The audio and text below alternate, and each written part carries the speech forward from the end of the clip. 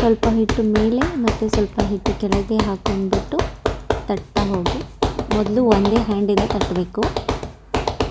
ಅದು ಸ್ವಲ್ಪ ಸೈಜ್ ನಿಮ್ಮ ಪಾಮ್ಗಿಂತ ಸ್ವಲ್ಪ ದೊಡ್ಡದಾದ ನಂತರ 2 ಹ್ಯಾಂಡ್ಸಿಂದ ಅದನ್ನು ತಟ್ಟಿ. ಒಂದು ಹ್ಯಾಂಡ್ ಕೆಳಗಿದ್ರೆ ಒಂದು ಹ್ಯಾಂಡ್ ಮೇಲಿರಬೇಕು.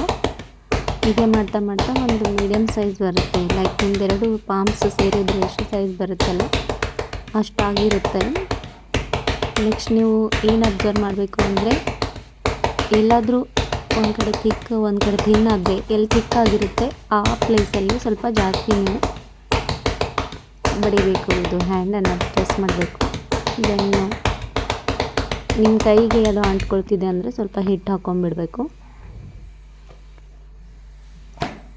ನೆಕ್ಸ್ಟ್ ಹಂಚು ಕಾಯ್ದ ನಂತರ ಆದಮೇಲೆ ರೊಟ್ಟಿ ಹಾಕಿಬಿಟ್ಟು ತಕ್ಷಣವೇ ನೀರನ್ನು ಹಚ್ಕೊಬಿಡಬೇಕು. ನೀವು ಕ್ಲಾತ್ನು ಯೂಸ್ ಮಾಡ್ಬೋದು. ಒಂದೇ ಸಲಕ್ಕೆ ನೀರು ಹಚ್ಕೊಂಡು ಬಿಡಬೇಕು. ಪದೇ ಪದೇ ಹಚ್ಚಿ ಒಂದು ಸಲ ತಗೊಂಡ್ಬಿಟ್ಟು ಅದು ಡ್ರೈ ಆಗೋಕ್ಕೆ ಬಿಡಬಾರ್ದು, ಇಲ್ಲಾಂದರೆ ರೊಟ್ಟಿ ಸರಿ ಬರಲ್ಲ.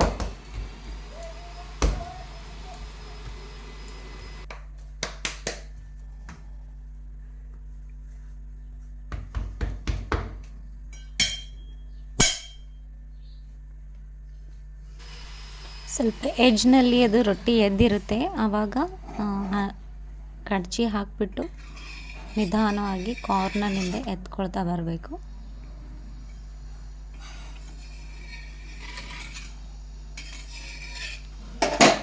ನೆಕ್ಸ್ಟ್ ಫ್ಲಿಪ್ ಮಾಡಬೇಕು. ಹ್ಯಾಂಡ್ಲಿಂದ ಇಲ್ಲಾಂದರೆ ಕಡ್ಚಿಯಿಂದ ಫ್ಲಿಪ್ ಮಾಡ್ಬೋದು. ಈಗ ನೆಕ್ಸ್ಟ್ ರೊಟ್ಟಿಗೆ ನೀವು ರೆಡಿ ಇರಬೇಕು.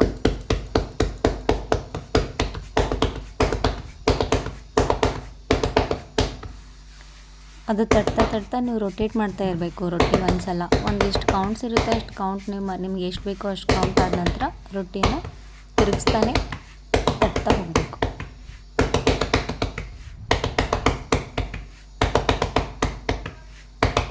ಇದು ಸ್ವಲ್ಪ ಆದ ನಂತರ ಆ ರೊಟ್ಟಿ ಹಂಚಿನ ಮೇಲಿರೋ ರೊಟ್ಟಿಯನ್ನು ಕೂಡ ಅಬ್ಸರ್ವ್ ಮಾಡಬೇಕು. ನೆಕ್ಸ್ಟ್ ಅದನ್ನು ಕೂಡ ಮತ್ತೆ ಬ್ಯಾಕ್ ಸೈಡ್ ಇದು ಏನಾದರೂ ಡ್ಯಾಮೇಜ್ ಆಗಿದ್ದರೆ ಸ್ವಲ್ಪ ಇನ್ನೊಂದು ಸ್ವಲ್ಪ ಹಿಟ್ಟು ಹಚ್ಕೊಂಡ್ಬಿಟ್ಟು ಸ್ವಲ್ಪ ಪ್ರೆಸ್ ಮಾಡಿದರೆ ಅದು ನಾರ್ಮಲ್ ಆಗುತ್ತೆ ರೊಟ್ಟಿ. ರೊಟ್ಟಿ ತಿರುಗ್ತಿಲ್ಲ ಅಂದರೆ ಸ್ವಲ್ಪ ಕೈಗೆ ನೀರು ಹಚ್ಕೊಳ್ಬೇಕು.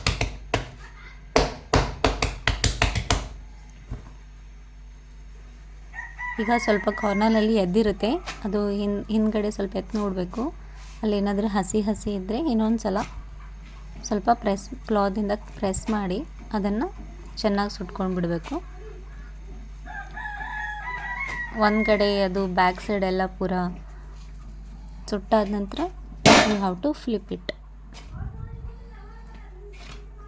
ಅದನ್ನು ತಿರುಗಿಸ್ಬಿಟ್ಟು ಬಿಟ್ಟುಬಿಡಿ. ಅದು ನಿಧಾನವಾಗಿ ಕೆಳಗಡೆ ಇಳಿದ್ಬಿಡುತ್ತೆ ರೊಟ್ಟಿ. ಎಲ್ಲಾದರೂ ಹಸಿ ಅನಿಸಿದರೆ ಸ್ವಲ್ಪ ಕ್ಲಾತ್ ತೊಗೊಂಡ್ಬಿಟ್ಟು ನೀವು ಪ್ರೆಸ್ ಮಾಡ್ಬೋದು.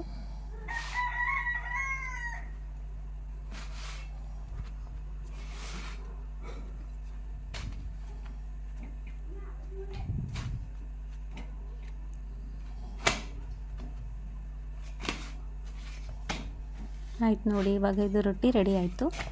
ಇನ್ನೊಂದು ನೆಕ್ಸ್ಟ್ ರೊಟ್ಟಿ ನೀವು ಹಾಕೋದ್ಬೋದು. ಈಗ